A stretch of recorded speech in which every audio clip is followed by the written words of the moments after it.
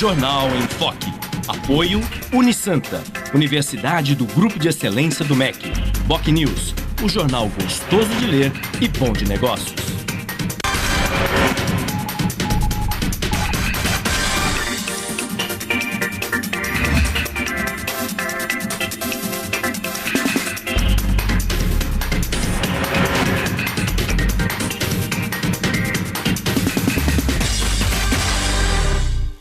Olá, bom dia. Começa agora pela Santa Cecília TV, ao vivo, uma nova edição do Jornal em Foque.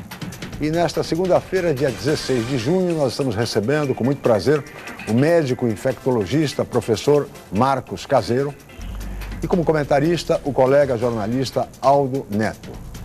Vamos ouvir agora as manchetes de hoje com a colega jornalista Paula Paparelli. Bom dia, Paula. Bom dia, Chico. Bom dia a todos. O jornal A Tribuna traz a manchete. Museu Pelé, mais um golaço do rei. Na Folha de São Paulo, Lula diz que oposição e elite pregam ódio ao PT.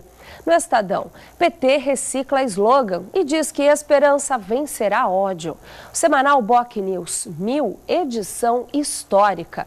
No Santa Portal, Centro Histórico de Santos, Museu Pelé inaugura com presença do rei do futebol. G1 Santos e região. Rebelo defende Dilma de ofensas, falta de respeito. No portal da UOL, queremos reatar laço de confiança com o Brasil, diz vice-presidente dos Estados Unidos. A revista Veja traz na capa hino, Neymar e vaia. Chico. Muito bem, 8 horas e 6 minutos e este é o Jornal em Foque pela Santa Cecília TV ao vivo. Muito bem, e no programa de hoje nós vamos debater a questão da saúde pública no Brasil, absoluta prioridade do país. Vamos falar também sobre dengue, sobre o novo vírus que chega à região, com o nosso convidado, que é um especialista na matéria, o professor de medicina, Marcos Caseiro. Vamos falar também, é claro, sobre o risco de doenças infecto-contagiosas, sobretudo as hepatites e AIDS. Aliás, vale o registro, conforme alerta do nosso convidado, o professor Marcos Caseiro, de que a pouca discussão em torno da AIDS na mídia está criando uma falsa sensação de segurança entre as pessoas. E exatamente por isso é importantíssimo tocarmos nesse assunto, o que vamos fazer também no programa de hoje, como também debater o nível do ensino médico no Brasil, já que o Marcos Caseiro também é professor de medicina. Mas o debate em torno de todos esses temas relevantes, entre outros também da área da saúde, vocês acompanham assim que a Paula Paparelli informar a previsão do tempo e o movimento de balsas e estradas para hoje. Paula. A previsão para essa segunda-feira é de sol com muitas nuvens. Há possibilidade de chuva à tarde e à noite. A temperatura varia entre 19 e 25 graus em Santos. As ondas podem chegar a 1,5 metro nas praias da região. Estradas. O tráfego segue tranquilo no sistema Anchieta Imigrantes. A interligação está bloqueada por conta da neblina e visibilidade parcial. Está em vigor a operação 5x5. As pistas norte seguem sentido São Paulo e as pistas sul sentido litoral. As rodovias Padre Manuel da Nóbrega e Cônego Domênico Rangoni apresentam um trânsito normal. Balsas. A travessia entre Santos e Guarujá opera com 7 embarcações. O tempo de espera é de 10 minutos. Guarujá-Bertioga opera com uma embarcação e o motorista aguarda 20 minutos na fila. Participe do Jornal em Foque. Envie sua pergunta pelo Facebook, Twitter ou por e-mail. je@enfoquecom.com.br. A reapresentação do programa vai ao ar hoje às 5 horas da tarde. Ou acesse youtube.com/enfoquejornal. Chico. Muito bem, nós vamos agora para um rápido intervalo comercial e voltaremos em seguida para entrevistar o médico infectologista, professor Marcos Caseiro. Voltamos já.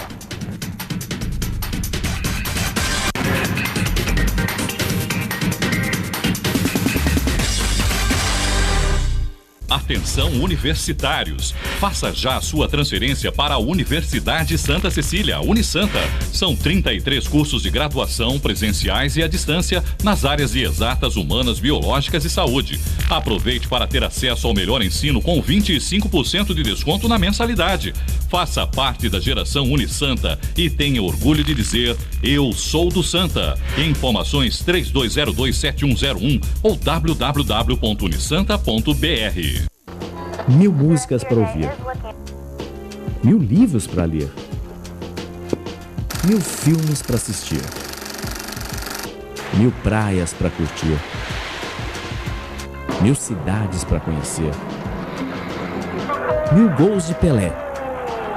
Enfim, o número 1000 marca uma nova etapa em todos os sentidos e sempre motivo de comemoração. Por isso a gente não poderia deixar de prestar homenagem a esse número. Afinal, o Jornal BocNews está na edição 1000. A gente tem muita história para contar em quase 3 décadas de bom jornalismo em Santos e na Baixada Santista. E você faz parte dela. Jornal BocNews, gostoso de ler, bom de negócios, em todas as edições. Estamos aqui com o cantor Thiaguinho. Agora conta pra gente, qual que é seu maior sucesso? O maior sucesso da minha vida foi o tratamento da tuberculose. Eu achava que essa doença não existia mais, mas descobri que existe e tem cura. O tratamento é gratuito e tem que ser feito até o fim. E descobri também que o apoio da família e dos amigos é fundamental. Se você tosse por mais de 3 semanas, vá a uma unidade de saúde. E se você conhece alguém que tem tuberculose, dê seu apoio.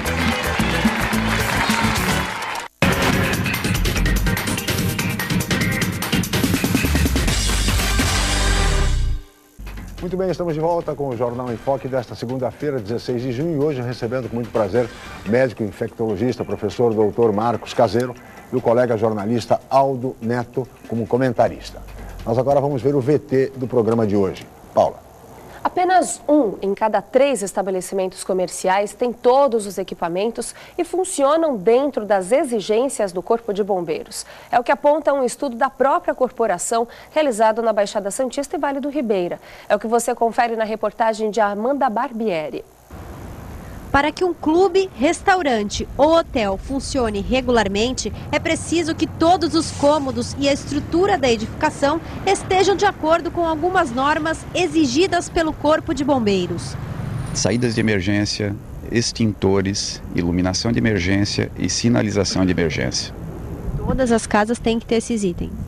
Essas são as exigências básicas, principalmente para as edificações até 750 metros quadrados. Mas, aqui na Baixada Santista, os números são alarmantes. Todos os locais são vistoriados, mas nem todos os estabelecimentos cumprem as normas. De acordo com números divulgados pelo Corpo de Bombeiros, aqui na Baixada Santista, de janeiro a maio deste ano, foram realizadas 5.107 inspeções, mas apenas 27% dos estabelecimentos conseguiram o auto de vistoria. Sem este documento, não é possível retirar o alvará de funcionamento e nem mesmo o habite-se. Caso o estabelecimento não tenha essa documentação, ele pode até ser fechado, que foi o que aconteceu por um período com este bar localizado no Canal 4 em Santos.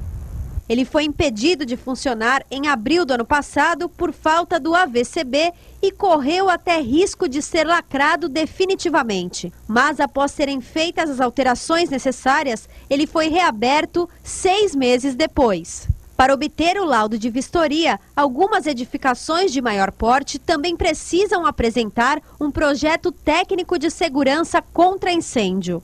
Rede de hidrantes, controle de fumaça, chuveiros automáticos e tantas outras medidas que dependem do tamanho, e da altura da edificação, bem como também da ocupação. A responsável pela fiscalização dessas casas é a prefeitura. E caso a edificação funcione sem este auto, ela pode até ser fechada. Essa edificação naturalmente não tem a segurança necessária para que aqueles ocupantes estejam em segurança. Bem como também, num dado momento de sinistro, as guarnições do Corpo de Bombeiros não têm também o apoio necessário, a facilidade de poder intervir num sinistro ocorrido. Muito bem, aí está o VT e é preocupante, ao mesmo tempo lamentável, que apenas 1/3 dos estabelecimentos comerciais de Santos e da nossa região estejam cumprindo todas as exigências do Corpo de Bombeiros, o que seria absolutamente natural, até mesmo antes do estabelecimento conseguir o seu alvará de funcionamento. Mas a maioria dos estabelecimentos conseguem alvarás provisórios e dessa forma eles permanecem durante um bom tempo, até que uma nova tragédia aconteça, o que é realmente preocupante e lamentável. Mas o nosso tema hoje, professor Dr. Marcos Caseiro, evidentemente é saúde pública e a sua especialidade em infectologia, as doenças infecto-contagiosas. Eu gostaria de iniciar essa entrevista, Dr. Marcos, realmente questionando a respeito desse novo vírus que chega à região.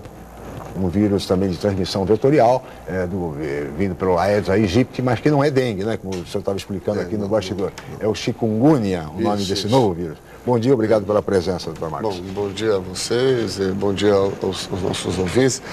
E é um prazer estar aqui com você, conversando sobre esses assuntos tão importantes da nossa cidade, né? Então, na verdade, o chikungunya é um vírus, é um alfa-vírus, é um vírus diferente, não é um vírus da família da dengue, por exemplo. O vírus da dengue é da família do vírus da febre amarela, que são vírus que classicamente nós já conhecemos. O chikungunya é um vírus que se admite a origem dele asiática, ou talvez africana, circula já na Ásia, na África, já há muito tempo, e não tem relato de circulação no nosso país, né? Na América do Sul, o único lugar que tem descrição da circulação desse vírus são nas Guianas francesas. Então, é assim. Agora, a grande questão desse vírus é que o vetor, quer dizer, o inseto que transmite esse vírus para o homem é o Aedes aegypti, que é um velho conhecido nosso, que circula amplamente no nosso país, na nossa cidade. Então, é uma doença com um potencial enorme de chegar no nosso país, especificamente a nossa cidade, né? E um soldado brasileiro que estava no Haiti também já chegou exatamente com... e ele é de São Vicente, né? E apresenta esse quadro. Exatamente. Então, esses soldados, né, que fazem parte daquela missão brasileira no Haiti, Haiti é um país endêmico para chikungunya, entre tantas mazelas que tem lá o Haiti, né? O problema da AIDS, imagina que é um país que mais de 5% da população é infectada por HIV, entre outras doenças, como cólera, inacreditavelmente, eles têm esse vírus chikungunya. Então, na verdade, o que a gente tem, e a gente foi atrás desses casos, foi os soldados, 5 soldados que voltaram do Haiti, um desses soldados estavam sintomáticos. Então, hoje, né, com a questão da circulação internacional, os indivíduos vêm de avião num dia, em 8 horas, 10 horas, eles estão aqui já em São Paulo. Esse indivíduo veio com sintomas, ficou no Hospital Geral do Exército em São Paulo, foi diagnosticado por PCR, que é um exame específico, ele estava com chikungunya, ele ficou isolado lá no Hospital do Exército e depois que ele teve melhora clínica, ele retornou à cidade. O que a gente sabe é que esse vírus circula no homem em um período muito curto, até 3 dias. Isso é uma coisa boa até certo ponto, né? Porque para o mosquito se infectar, ele tem que picar um homem infectado para se tornar infectado e transmitir para outras pessoas, né?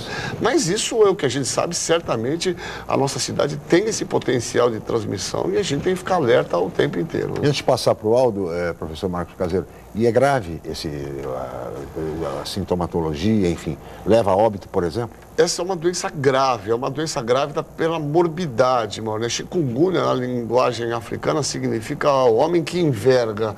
É uma doença que cursa com um quadro grave de artralgia, de muita dor articular, que pode perdurar até 6 meses, imagina. Nossa. E é grave, principalmente para crianças, podem levar à morte, indivíduos com mais idade. Mas a grande questão desse vírus, primeiro, na dengue a gente sabe que cada 10 pessoas que se contaminam, são picadas pelo mosquito que transmite o vírus, uma tem sintoma. No chikungunya, praticamente 50% das pessoas que se contaminam vão ter sintomas, e sintomas com uma certa gravidade, com muita dor articular, com febre, com exantema. Então, é uma doença grave que certamente terá repercussão importante caso ela chegue na nossa cidade. Não chegou, a gente tem procurado sistematicamente nos sangues dos nossos indivíduos aqui no nosso laboratório de biologia molecular e nós não encontramos esse vírus circulando ainda. Bem, de qualquer forma, fica aí o alerta, portanto, do professor Marcos Caseiro. Aldo Neto, bom dia, obrigado pela presença, Aldo. Bom dia, Chico, Paulo, nosso telespectador, um bom dia especial ao doutor Marcos, que é o Papa da Infectologia aqui na Baixada Santista. Ainda sobre esse vírus chikungunya, é sabido também que além do Aedes aegypti, ele também é transmitido por um primo do Aedes aegypti, Aedes albopictus. Esse mosquito também é encontrado aqui na região, doutor? Exatamente, interessante. O Aedes albopictus, ele existe aqui na nossa região, né?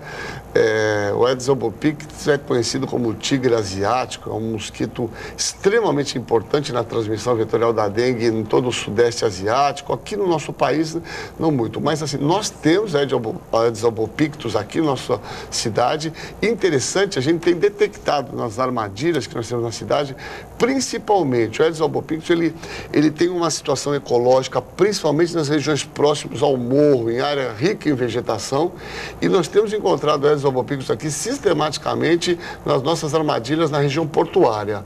Então nós temos Aedes albopictus também, que não é um vetor eficiente para dengue aqui na nossa região, mas é um vetor eficiente para o chikungunya. Então, mais uma preocupação, portanto, em relação a esse novo vírus. Agora, falando em vírus e tal, é evidente que se remete à questão da dengue, que é um problema também sério na nossa região há tantos e tantos anos, enfim, há décadas. E nós estamos vivendo praticamente uma epidemia. Já alcançamos uma epidemia? Não, já estamos numa epidemia. Desde a semana retrasada, nós atingimos o patamar de 400 casos.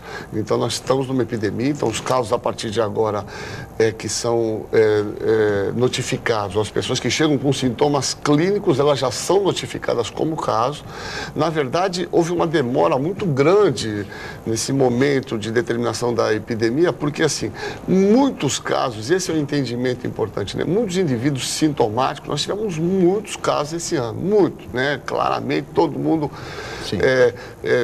ouve falar do amigo, do vizinho que teve sintoma. O grande problema é que, para você detectar ou declarar uma epidemia, você tem que chegar em 400 casos documentados, com sorologia positiva. O que acontece? Quando o indivíduo tem os sintomas, febre, dor no corpo, ele vai no serviço médico, faz um hemograma, não tem gravidade, vai embora. Ele teria que voltar em 7 dias para fazer o exame de certeza.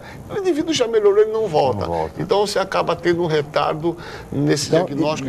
Isso quer dizer que nós já estamos em epidemia há muito tempo atrás, mas agora. Não tenho a menor dúvida. Até, doutor, eu passei, só para ilustrar o seu caso, aí, o que o senhor estava explicando, eu passei por um caso de dengue recentemente, cerca de um mês, e eu não fui computado porque eu já sabia as providências. Tinha um acompanhamento médico de perto e... Exato, não voltou para fazer não virei número. Você não virou número, exatamente. Esse é um grande problema, essa questão de notificação. Isso tem que realmente ser repensado, essa maneira de decretar epidemia numa localidade, né? Mas é uma falha. Aliás, doutor Marcos, sobre dengue, nós temos uma pergunta de um telespectador. Eu gostaria agora de passar para a Paula Paparelli para que ela formulasse essa pergunta do telespectador sobre dengue. Paula. É isso mesmo, Chico. É o Antônio, ele é morador do bairro do Campo Grande. Ele mandou essa pergunta através do e-mail je@enfoquecom.com.br, onde você de casa também pode participar do programa. Ele faz a seguinte pergunta, doutor: já estamos próximos de desenvolver a vacina contra a dengue? Então, interessante, nós tínhamos quase certeza, existia uma vacina da Glaxo, da GSK, eles tinham certeza que funcionaria, né? Então, fizeram testes clínicos, que inclusive envolveu diversos países, inclusive o Brasil. E essa vacina não funcionou para o vírus tipo 2. Então, o problema da vacina da dengue é uma vacina que, ao mesmo tempo, te proteja das 4 variedades do vírus. Não adianta dar uma vacina que te proteja para um e não proteja para os outros. Essa vacina, existe uma grande expectativa dela, ela não imunizou menos de 30% das pessoas para o dengue tipo 2. Então, essa vacina não foi aprovada para ser comercializada e, na verdade, a gente tem vários projetos de vacina, mas eu não acredito numa vacina em menos de 3 anos. Nós não teremos vacina, existe uma atualmente sendo testada, né? Santos faz parte desse estudo, é uma vacina do Adolfo Lutz. Mas se tudo acontecer certinho, dentro do esperado, nós só teremos vacina daqui a 3 a 4 anos. O grande problema é uma coisa boa. Porém, vai privilegiar principalmente as crianças, né? Que a gente vive um momento em que as crianças são as maiores vítimas, porque os adultos aqui na nossa cidade, a maioria já foi infectada pelas 4 variedades, então já está imune à dengue, né? Já foi imunizado naturalmente, é fantástico. E é interessante que muita gente teve dengue e nem sabe que teve dengue. A maioria das pessoas, para cada um não caso... Não foi o caso do Aldo aqui, mas enfim... Então, para cada um caso igual dele, sintomático, típico, com dengue clássico, a gente admite que 10 pessoas tiveram dengue de uma maneira branda, ou só uma febrinha, ou só um rush, ou mesmo sem sintoma nenhum. Então, para cada caso típico de dengue, outros 10 se contaminaram e não sabem que tiveram contato com o vírus, né? Agora, parece, doutor, que já há casos de dengue sem febre. Ou seja, sem esses sintomas clássicos. Não, isso não é isso que eu estou te falando, é perfeito. Veja só, esse é a questão. A dengue é uma doença polimórfica em termos de manifestação. Como todas as doenças, medicina não é matemática, né? Porque senão seria bastante fácil, né? Não precisaria, obviamente, nem do médico. Como eu estou falando para você, o mosquito contamina 10 pessoas. Uma tem a forma clássica, febre, artralgia, dor muscular, perda de apetite, cefaleia, dor retroocular, forma clássica. Os outros 9 vão ter formas atípicas, 3, 4 não vão ter sintomas nenhum, um vai ter só dor de cabeça, um vai ter só lesão cutânea sem febre. Então existe um polimorfismo de apresentação que é clássico, isso os antigos já descreviam isso, né? Então não é diferente, é assim que ela se manifesta claramente, é que a gente está começando a aprender e ver mais, está começando a entender essa lógica desse pleomorfismo de manifestação. Mas tem dengue só com lesão cutânea, só com febre, só com artralgia, isso não é incomum. Tá certo. Aldona. Queria encaixar 2 perguntas ao doutor. Dizem que a dengue é uma doença de país subdesenvolvido, país de terceiro mundo, né? Já visto que Estados Unidos ou a grande parte da Europa não tem grandes casos. Até que ponto o problema da dengue é culpa da ação governamental de combater o mosquito ou culpa da população de não fazer a sua parte, limpar suas caixas?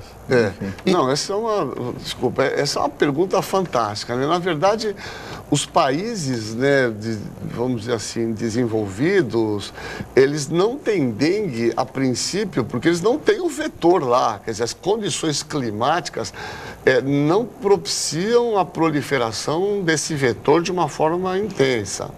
Né? Então, por exemplo, você sabe que esse vetor ele fica na isoterma 15, uma área que vai até o México, um pouquinho abaixo.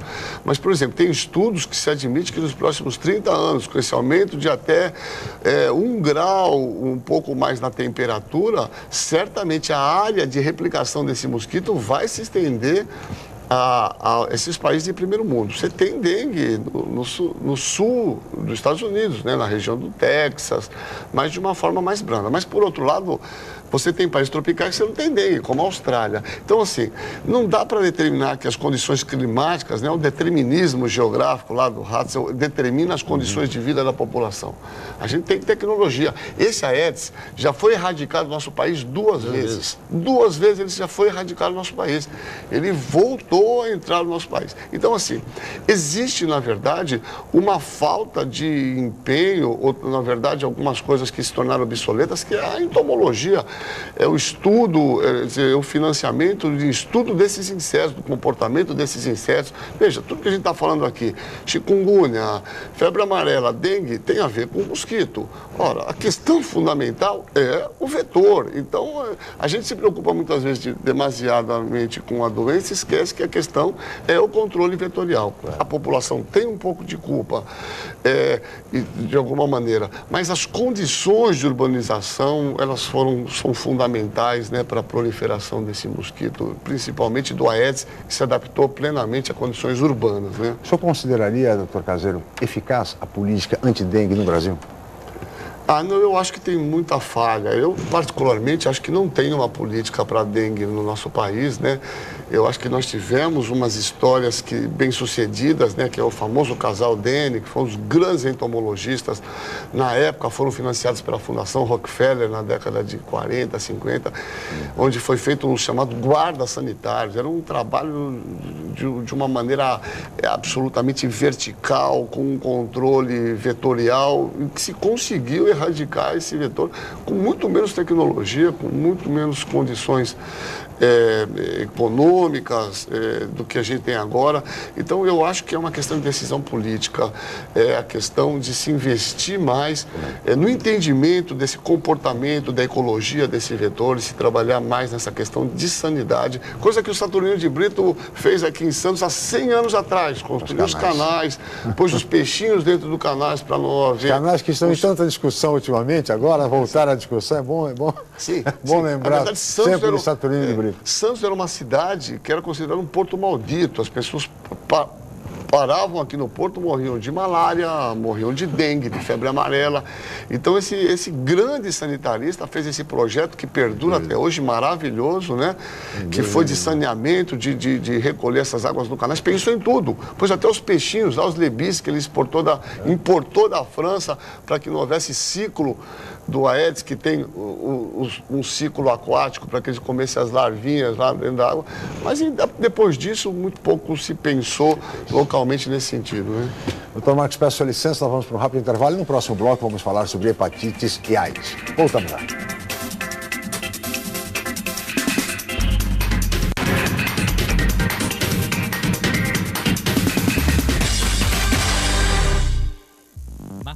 Natação. Musculação. Basquete. Hidroginástica. Karatê. Futebol de salão. Poliesportivo Unisanta. Formando campeões. Matricule-se já. Telefone 3202-7126. 1000 músicas para ouvir. 1000 livros para ler. 1000 filmes para assistir. 1000 praias para curtir. 1000 cidades para conhecer. 1000 gols de Pelé. Enfim, o número 1000 marca uma nova etapa em todos os sentidos e sempre motivo de comemoração. Por isso a gente não poderia deixar de prestar homenagem a esse número. Afinal, o Jornal BocNews está na edição 1000. A gente tem muita história para contar em quase 3 décadas de bom jornalismo em Santos e na Baixada Santista. E você faz parte dela.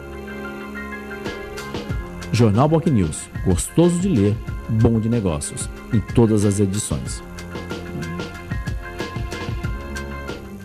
Atenção universitários, faça já a sua transferência para a Universidade Santa Cecília, Unisanta. São 33 cursos de graduação presenciais e à distância nas áreas de exatas, humanas, biológicas e saúde. Aproveite para ter acesso ao melhor ensino com 25% de desconto na mensalidade. Faça parte da geração Unisanta e tenha orgulho de dizer: eu sou do Santa. Informações 3202-7101 ou www.unisanta.br. Os melhores momentos dos anos 70, 80 e 90. Participe você também. Peça o seu clipe no santaportal.com.br/107 na TV. Vale um artista ou banda para ser tema dos especiais. 107,7 na TV. Todo sábado à meia-noite. Não durma sem ele. Fique ligado e participe.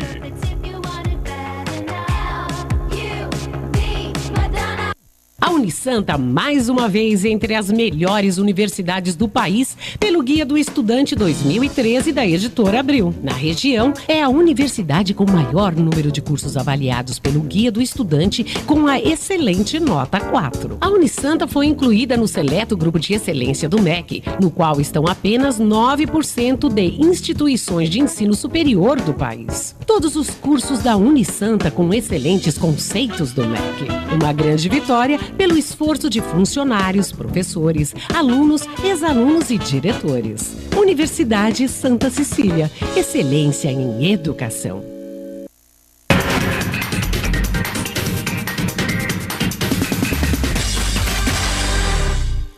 Muito bem, estamos de volta com o Jornal em Foque desta segunda-feira, 16 de junho, recebendo hoje, com muito prazer, médico, infectologista, professor, doutor Marcos Caseiro e também o colega jornalista Aldo Neto, como comentarista do programa.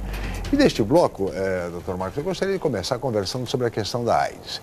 E especialmente sobre um alerta, uma advertência que o senhor faz usualmente com relação à falta de discussão sobre AIDS na mídia. A própria mídia. A mídia tem muita responsabilidade nisso, sim. Ou seja, discute-se pouco hoje em dia a respeito de AIDS. E isto cria uma falsa sensação de segurança e criando, evidentemente, problemas e trazendo de volta os riscos do vírus HIV. Nesse sentido, de fato, existe essa falsa sensação de segurança nas pessoas, doutor Marcos? Ah, não, eu primeiro quero te parabenizar pela sua fala, ela foi perfeita do começo ao fim. Eu acho que a questão da mídia, a questão dessa falsa sensação de segurança, eu tenho falado isso há muito tempo, né? Eu até falo que eu posso até estar errado num futuro aí, falar, pode ser, ele errou, mas a gente errou sempre trabalhando no sentido de melhorar a prevenção. Os dados mostram que nós não temos uma epidemia sob controle, nós não temos números descendentes. Se esse número não está em ascensão, esse número está estabilizado em número de casos. Todo ano a gente tem um número de notificação que permanece estabilizado com mudanças pontuais muito claras. Por exemplo, a gente já detectava isso há 2 anos atrás, o Ministério detectou isso esse ano, eu já falava isso há mais de 2 anos. O número de indivíduos infectados homossexuais jovens está aumentando de uma maneira impressionante dentro dessa epidemia. Então, assim, a gente via um declínio de indivíduos homossexuais que começaram a se cuidar, começaram a se prevenir. Esse número vem aumentando principalmente entre jovens de 19, 18, de 20, 21 anos.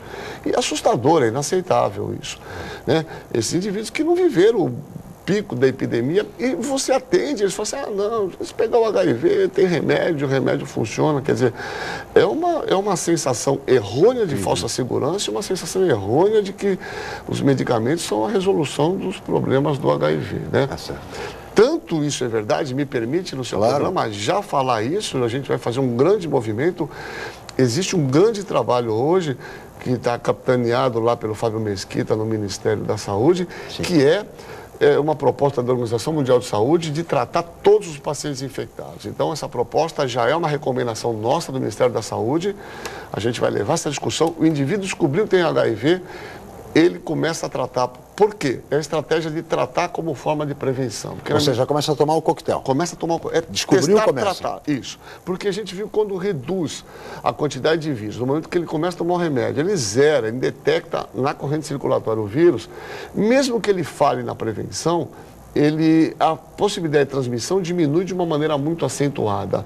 Então, o grande problema é a gente convencer toda essa população de pessoas infectadas a tomarem o remédio todos os dias, né? Sim. De uma maneira crônica. Até hoje, por um certo tempo ainda, as pessoas têm que tomar esse remédio todos os dias. E sem uma perspectiva de parada, né? Muito bem. Aldo, antes de você, Aldo, eu vou chamar a Paula, que tem mais uma pergunta de um telespectador exatamente versando sobre AIDS. Paula, por favor. A pergunta, Chico, é da Simone, ela é moradora do bairro do Marapé, em Santos. Como está a notificação dos casos de AIDS em Santos? Diminuiu o número de novos casos? A epidemia está controlada? Exato, eu já havia falado, não diminuiu, nós temos tido um número constante de notificação, se abre um número constante, cerca de 200 prontuários só no município de Santos nos últimos 8 anos, então a gente tem uma notificação estabilizada. Um grande problema, e a gente está tentando detectar isso mais, mas nós temos aqui na nossa cidade uma das maiores mortalidades do estado de São Paulo. E isso é decorrência principalmente de que as pessoas estão chegando com um diagnóstico tardio, descobrem o HIV já com uma imunidade muito baixa. Para você ter uma ideia, a gente sabe que o HIV pode ficar assintomático no indivíduo de 7 a 10 anos. Então, se ele contrair hoje, se ele não fizer absolutamente nada, ele vai ficar 7 a 10 anos sem sintomas. Porém com o vírus e transmitindo esse vírus. Então a gente precisa e necessita um grande movimento para o diagnóstico precoce. Que as pessoas que tenham qualquer fator de risco, ou se sintam com algum fator de risco em algum momento, que façam esse exame anti-HIV, que é de extrema importância. Muito bem. Doutor, você sabe que brasileiro adora uma teoria da conspiração, né? Recentemente, uma conversa com um amigo meu defendeu que já existe uma cura para AIDS, o que acontece é que a cura para AIDS não beneficia os laboratórios que preparam o coquetel, que o coquetel é investido milhões por vários países no coquetel, então é melhor vender o coquetel do que se buscar uma cura. É possível isso estar acontecendo? E emendar uma outra pergunta dentro do que você estava falando sobre tratar as pessoas que têm o HIV, fazer elas tomarem o remédio. É possível fazer isso de forma compulsória, criar uma lei obrigatória, ou você acha que é muito agressivo? Eu acho que isso é muito agressivo. Não, isso é praticamente impossível, né? A gente vê a questão da tuberculose. É uma doença que tem tratamento efetivo, você toma o remédio 6 meses e você fica curado. E nós temos quase que 40% de abandono. O grande problema da tuberculose é um problema de saúde pública no nosso país, na nossa cidade, com um remédio que funciona, cura, mas as pessoas abandonam. Ora, se abandonam 6 meses. Eu pergunto aqui a quem está nos ouvindo, quantas vezes você tem uma dor de garganta, você vai no médico, dá um antibiótico para tomar 7 dias. Você toma 3, melhorou, o que você faz? Melhorei, para que continuar tomando antibiótico 7 dias? Você para. E aí você propicia o surgimento de cepas resistentes e tal, o que a gente tem assistido. No HIV é a mesma história. Imagina um remédio que você tem que tomar para o resto da sua vida, todo santo dia. Né? Existe trabalho, para você ter uma ideia, na Inglaterra, para hipertensão, existe menos de 40% da adesão ao tratamento da hipertensão. Quer dizer, as pessoas pulam, falham, deixam de tomar. Tomar remédio todo dia, o resto da vida é muito difícil. Porque no HIV existe o vírus, então tem um problema da resistência. Bom, no que se refere à teoria da conspiração, eu realmente não acredito. Isso aí perdurou por muito tempo, essa discussão é clássica. E eu vou te falar um dado interessante. A indústria farmacêutica está praticamente hoje, não tem grandes investimentos mais em drogas novas para o HIV. Tem mais de 40 drogas sendo estudadas para hepatite C, mas para o HIV não tem muitas drogas novas, não. E o interessante é que praticamente as drogas que foram criadas, mais de 30 drogas para o HIV, hoje já tiveram sua patente quebrada, então são produzidas pela China, Índia. O Brasil, por exemplo, compra esses sais da Índia, da China, né, e embala aqui no Brasil. Então, praticamente esses grandes laboratórios ficaram fora hoje da comercialização da maioria dessas drogas anti-HIV. Eu não acredito nisso, não. Só rapidamente, claro. O problema da AIDS é a questão da vacina, que eu particularmente sou muito cético na criação de uma vacina para o HIV por umas questões mais complexas do ponto de vista biológico. Mas também é uma outra discussão, né? E com relação, doutor Marcos, às hepatites, também é motivo de muita preocupação, não? Muita preocupação. Para você ter uma ideia, o HIV, ele já infectou 70 milhões de pessoas. Quer dizer, admite-se que o HIV foi introduzido nos seres humanos entre a década de 1910 e 1930. 70 milhões foram infectados. Cerca de 40 milhões já morreram e nós temos cerca de 33 milhões de pessoas no mundo vivendo com HIV/AIDS, cerca de 600 mil pessoas vivendo com HIV/AIDS no nosso país. A hepatite C, por exemplo, ela é 5 vezes maior que isso. Admite-se que tenham 300 milhões de pessoas infectadas com o vírus da hepatite C. Né? Então é um grande problema de saúde pública que a gente já está vivendo hoje, né?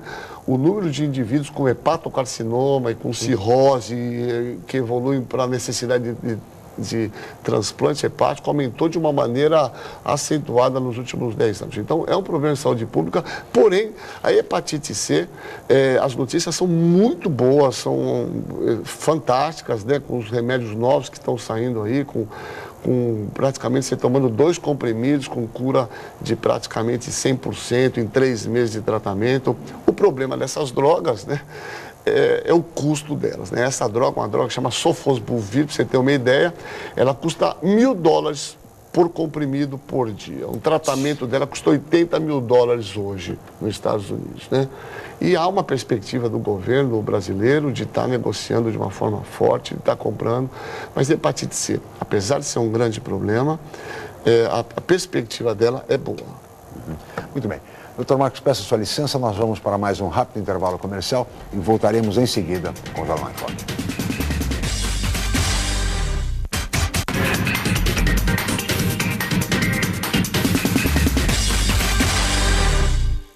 Academia Unisanta.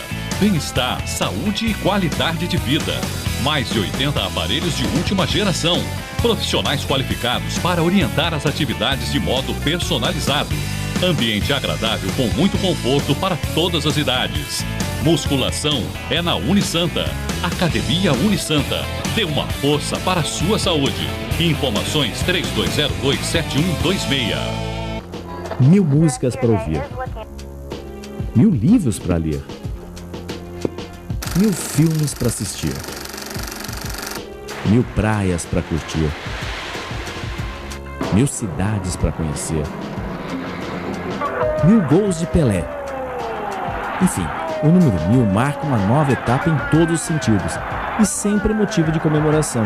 Por isso a gente não poderia deixar de prestar homenagem a esse número. Afinal, o Jornal Boc News está na edição 1000. A gente tem muita história para contar em quase 3 décadas de bom jornalismo em Santos e na Baixada Santista. E você faz parte dela. Jornal Boc News, gostoso de ler, bom de negócios, em todas as edições.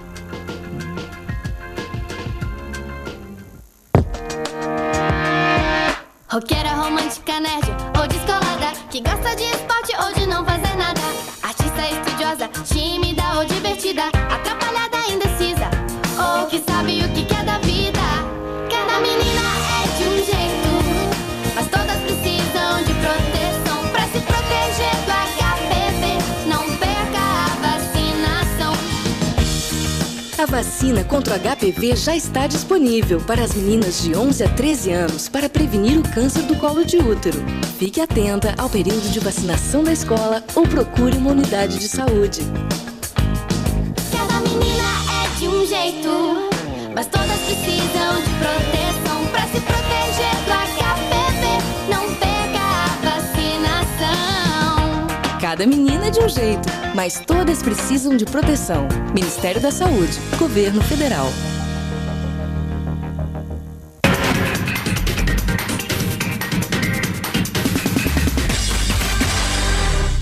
Muito bem, estamos de volta com o Jornal em Foque desta segunda-feira, dia 16 de junho. E hoje recebendo com muito prazer o professor médico infectologista, Dr. Marcos Caseiro, e o colega jornalista Aldo Neto como comentarista do programa.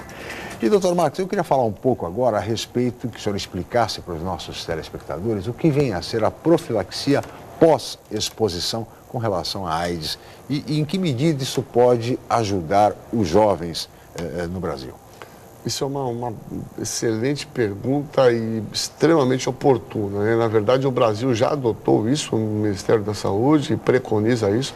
Então, todos os indivíduos, isso nós já fazíamos há um tempo atrás para os profissionais de saúde, quer dizer, profissional de saúde que teve um acidente, um cirurgião, um procedimento cirúrgico, teve uma perfuração por agulha, numa cirurgia com paciente HIV, esses indivíduos, quanto mais precocemente começavam a tomar o coquetel, 3 drogas, esses indivíduos, os estudos mostraram, o estudo de uma brasileira, que chama Denise Maricardo, uma brasileira, que foi minha professora, que está hoje lá no CDC de Atlanta, mostrou que dar medicamento o mais precocemente possível evitava a contaminação dos indivíduos. Esse dado da profilaxia pós-exposição por profissional de saúde se estendeu para um estudo para profissionais do sexo e mostrou extremamente eficaz.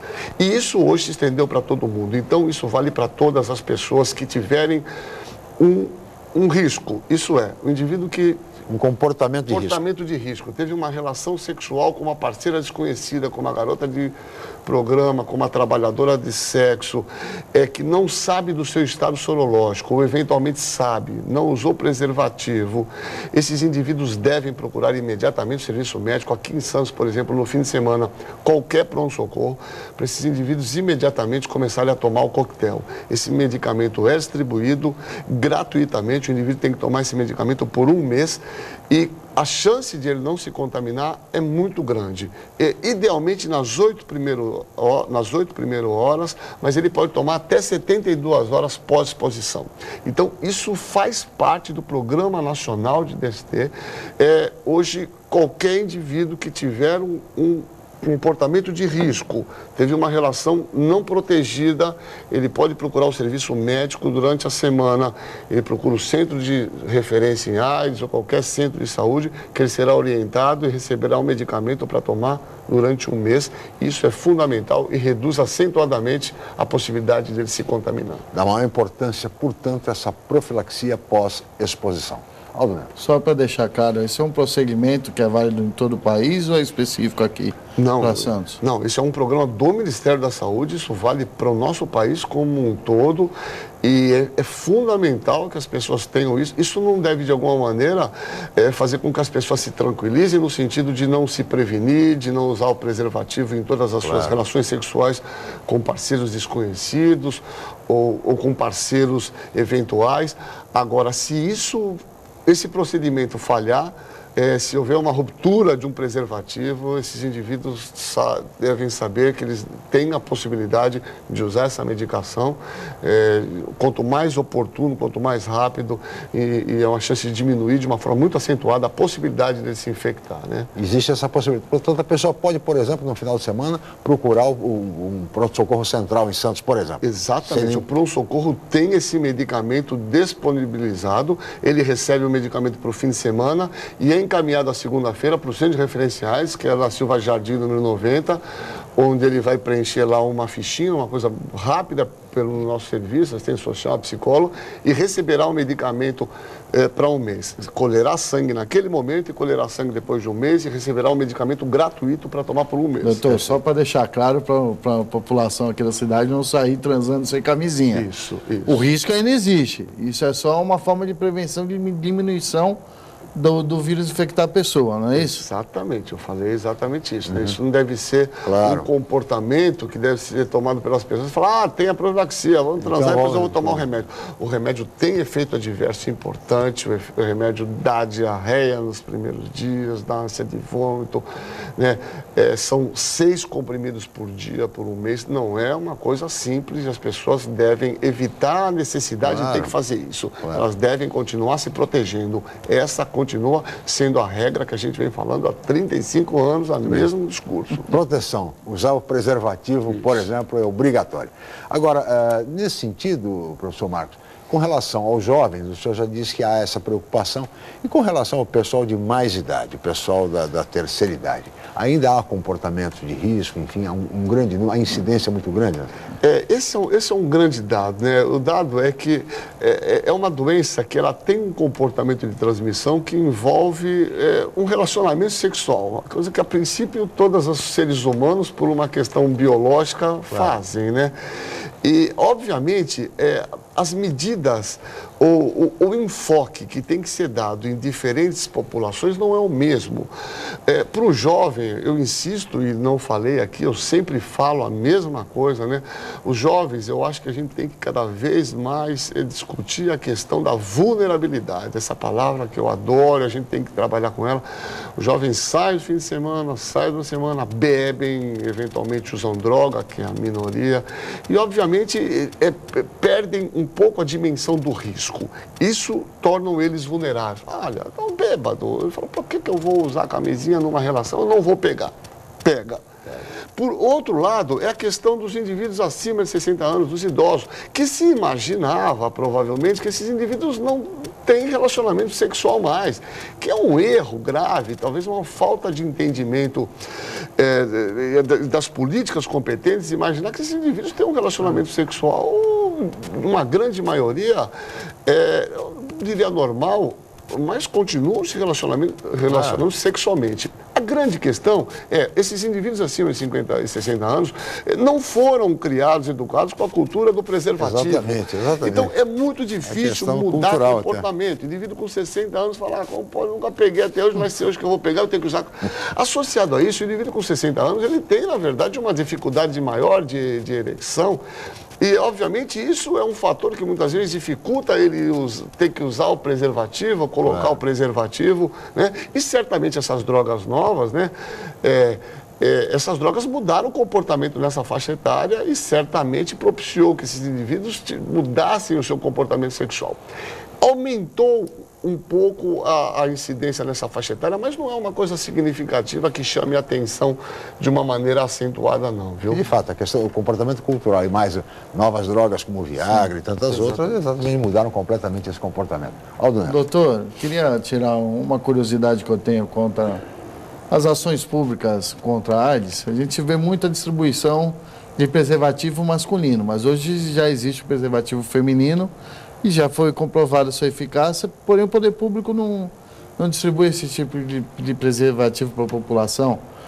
Por que você acha que tem essa opção? Não, é legal. Você colocou uma situação muito interessante, uma verdade absoluta, uma grande discussão hoje, inclusive na nossa cidade, esses preservativos têm. Eles estão sobrando para ser distribuído.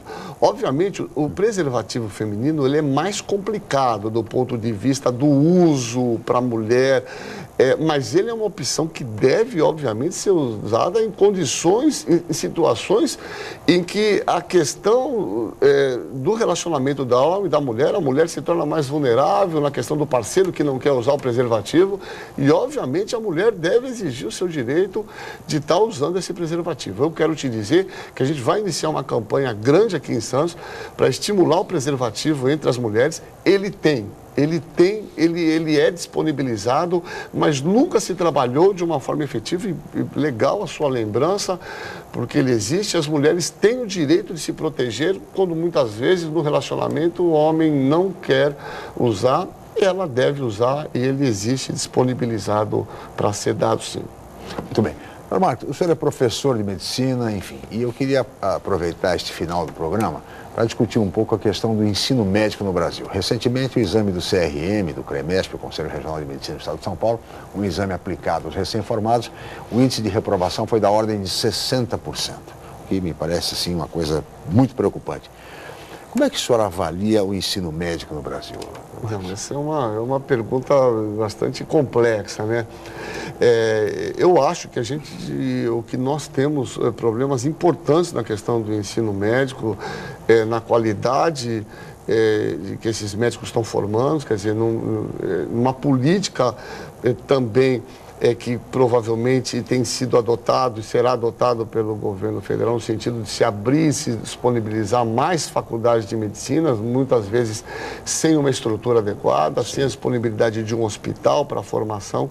Eu posso dizer que o MEC está atento a isso é um dado positivo, na mudança da estrutura da formação do profissional. Quer dizer, se estruturou o ensino médico na formação do especialista, do super especialista, do neurocirurgião, que demora 10 anos para ele se tornar neurocirurgião, né? Do cirurgião urológico, do cirurgião gastroenterológico, que cuida só de transplante, do super especialista, e se deixou de lado um pouco a formação do generalista, esse médico que é o grande médico, que é o médico que tem um conhecimento amplo. Então, na verdade, hoje, na estrutura curricular do MEC, ele mudou, ele foi atento para esse dado.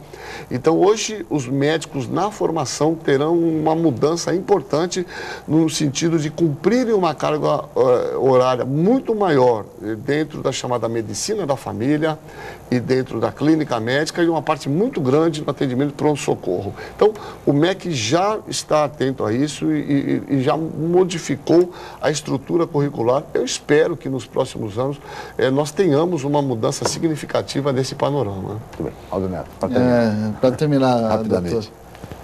Aqui a Universidade de Santa Cecília está recebendo hoje o nosso ministro da Saúde, Arthur Chioro, aqui de Santos, para falar sobre o programa Mais Médicos. O senhor tem acompanhado esse programa? Qual a sua opinião do programa? Se ele tem dado resultado no país ou não? Então, primeiro o Chioro, eu acho que é legal ele estar aqui. O Chioro é uma das pessoas mais competentes que eu conheço como sanitarista. Eu acho que esse é o tipo da pessoa que está no lugar certo, porque ele tem um profundo conhecimento teórico e prático de saúde pública e ele está no lugar certo. A questão dos mais médicos é uma questão muito complexa de ser avaliado. Tem dois enfoques. Primeiro, assim, se nós temos uma formação de muitos médicos, eles não querem ir para essas áreas que necessitam médicos, eu acho que não há discussão, a possibilidade de trazer médicos de fora para que eles atuem nessas áreas. Eu só acho que esses médicos que vêm de fora têm que passar por todos os critérios de acreditação que todos os outros médicos passam. Se um médico vem da Espanha, dos Estados Unidos, ele tem que fazer uma prova, eu acho que esses médicos deveriam fazer também. Essa é a primeira crítica. O problema do nosso país, eu acho que é a questão de um programa, assim como existe um programa de carreira entre os juízes, deveria existir entre os médicos. O médico se formou, ele, na verdade, uma carreira de Estado, médico de Estado, né? Esse médico vai para o interior, como é na Espanha. Espanha, sim, você se forma, não é você que escolhe. Os 4 primeiros anos, é o governo espanhol que te diz para onde que você vai atuar. E isso, na verdade, com um plano de cargo, de carreiras, de salário, eu acho que essa seria a grande mudança no nosso país. Né? Tá certo. Professor Marcos, teríamos muito mais a conversar, mas o senhor sabe, somos limitados pelo tempo, chegamos ao final. Eu gostaria de agradecer muito a sua presença aqui no Jornal em Foco. Muito obrigado, doutor Marcos. Obrigado a vocês e aos seus ouvintes, é um prazer estar aqui. Muito bem. Obrigado, Aldo Neto, mais uma vez, pela participação como comentarista. Agradecer a Paula Paparelli e a toda a equipe, especialmente a você, telespectador, pela atenção, pela audiência, pelo carinho. Amanhã nós estaremos de volta em mais uma edição. Mais uma vez, muito obrigado e até lá.